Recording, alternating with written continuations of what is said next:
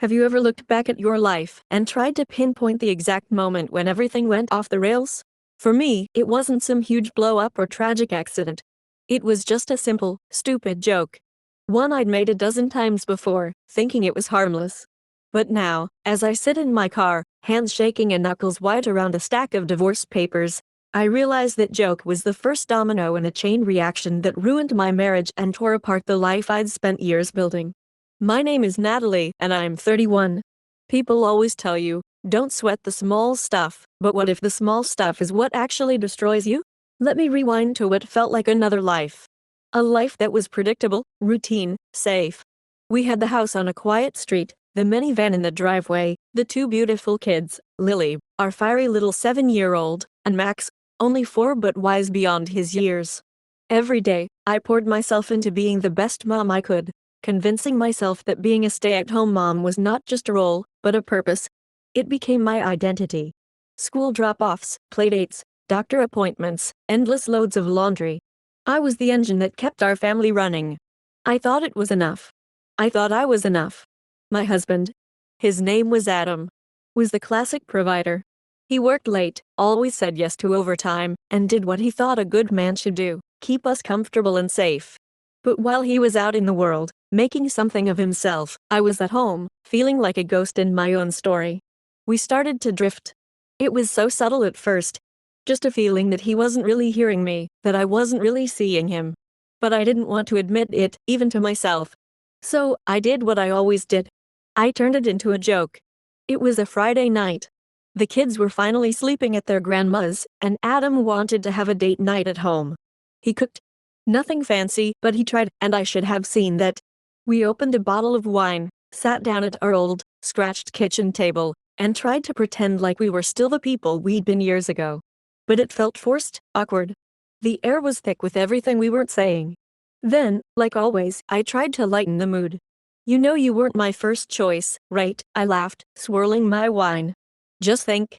If I'd gone to prom with Ryan, maybe you and I wouldn't even be here, I grinned, waiting for him to tease me back. But Adam just stared at me. Silent, his jaw set, his eyes colder than I'd ever seen. I tried to brush it off.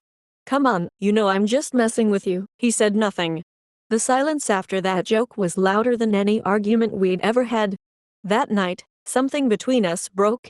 I didn't notice right away, but the change was there. A tiny fracture spreading under the surface, turning every little annoyance into a fight, every silence into suspicion. Adam started coming home even later. He'd claim it was just work, but sometimes he'd have this distant look in his eyes, like he'd already left the room long before his body did.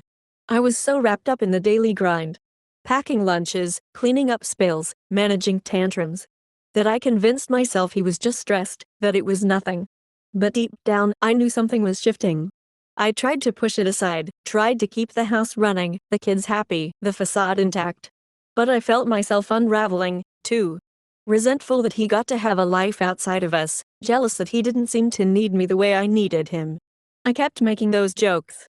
Little digs, sarcastic comments, always trying to provoke a reaction. But he just grew quieter. Then there were the late-night texts. I'd catch a flash of a woman's name on his phone. Sophie.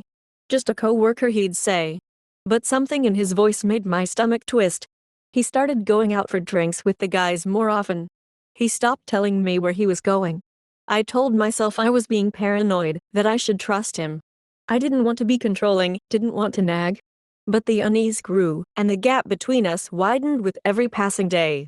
One night, after dropping Lily at a sleepover, I came home early. Our bedroom door was half closed, and I heard laughter. Soft, unfamiliar.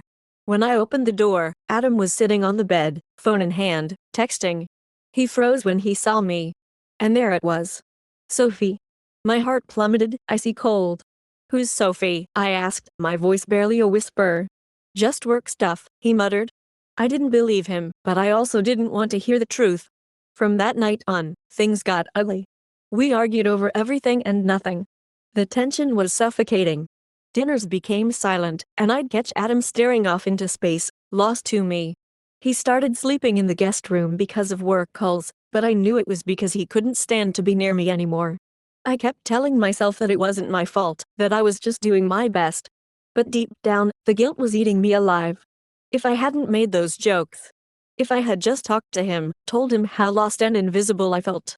Maybe we wouldn't have fallen apart. Maybe he would have seen me, really seen me. The night everything collapsed, I came home and found Adam in our bed with Sophie.